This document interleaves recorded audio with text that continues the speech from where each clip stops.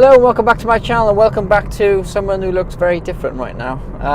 So I went away over the weekend. I had a terrible shaving disaster, so this is what I've ended up with. A bit odd, probably haven't been clean shaven for many years, so it's a bit of a shock to the system. But anyway, enough of that crap. Welcome to a BMW 335D M Sport Xdrive version. So basically this one has the same engine as the BMW X5, so I drove in my last review. So basically it's a 3-litre turbocharged diesel engine producing 313 horsepower and 465 foot-pounds of torque.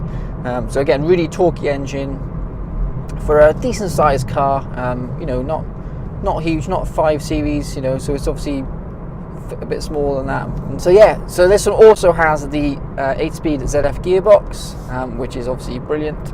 As you'd expect, it's a very good gearbox, on par with the, I'd say, the DSG gearbox from Audi, etc.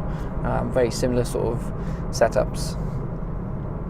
So yeah, so what you get with this one? Well, it's a premium, you know, a premium diesel, isn't it? Basically, it's sort of the eye of the top end of the diesel 3 Series range.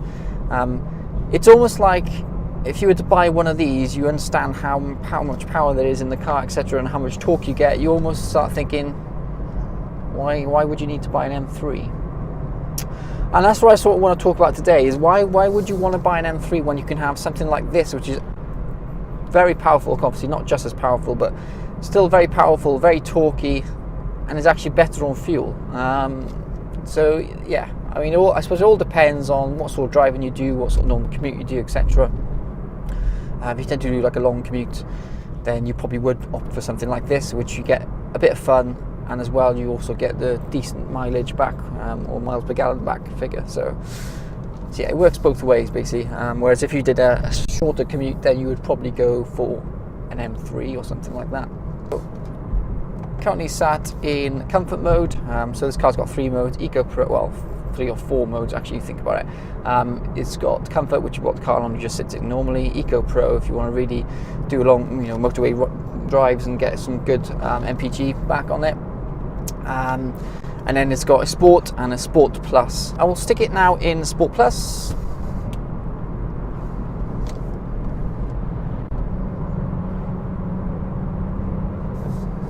Immediately the revs sort of drop down, steering becomes heavier, gear changes are instant, obviously, as paddles anyway, which gives you that option to do it with the paddles, etc.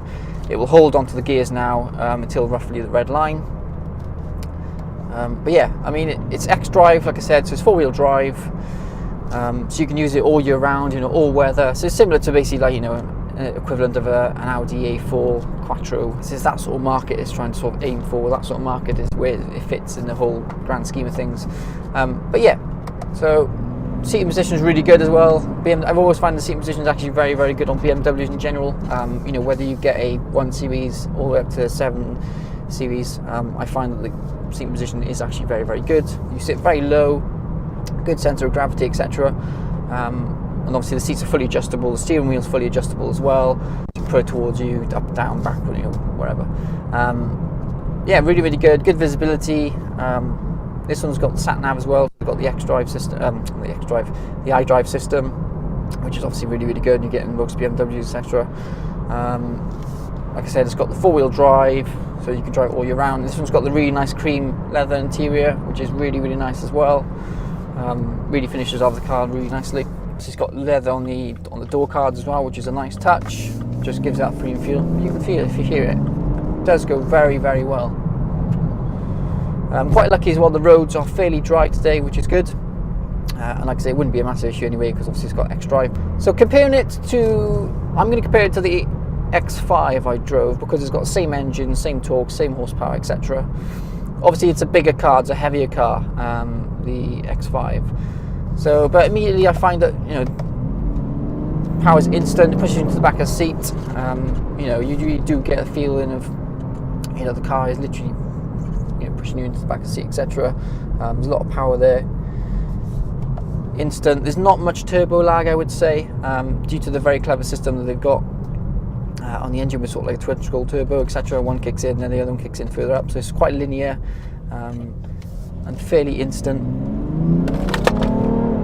it sounds really good. It's a diesel car, you got to remember this. I always forget when I drive these cars, is that even though it's a diesel, you do get a really good sound from them, and I can see why a lot of people would probably opt for something like this, which you get the best of both worlds.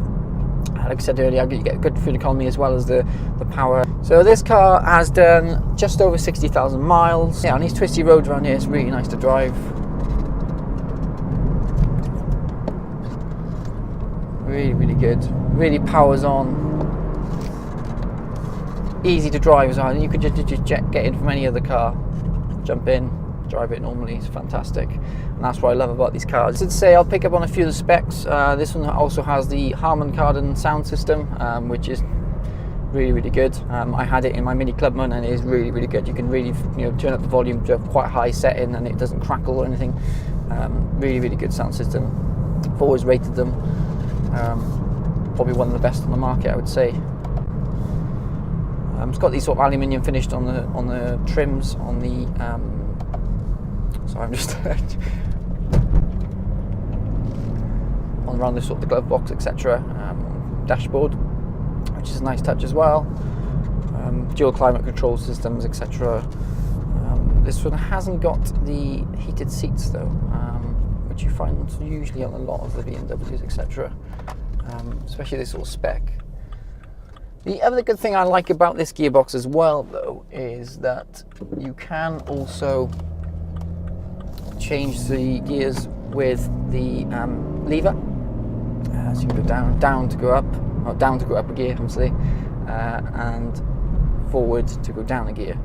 And you almost get that feeling of like a sequential gearbox almost, which is again a nice touch, and you can you can really play with the gearbox, etc. Really work through the gears, so you almost get the best of both worlds between a manual and an auto. It's really powerful. It's quite impressive. Really pushes you into the back of the seat, which is very nice to drive. Very busy around here. Land Rovers, etc. and farmers is probably not a good thing. But yeah, anyway, I'm going to shove it back to comfort mode now, because I want to talk about a bit more about the actual just car and generics of it. So it's in like a lovely silver colour. It's got some nice 17-inch wheels as well, which really finishes up nicely. Like I said earlier, it's done 60,000 miles, full service history, etc. So yeah, a really nice car for this sort of price range, etc. And like I said, a good in-between car between an M performance car and sort of like an M3. Something that's also got good fuel economy, etc. And that's probably one of the reasons a lot of people probably buy these sorts of cars. You get good balance between the two. You get good balance between power and fuel economy. So it's quite a big seller.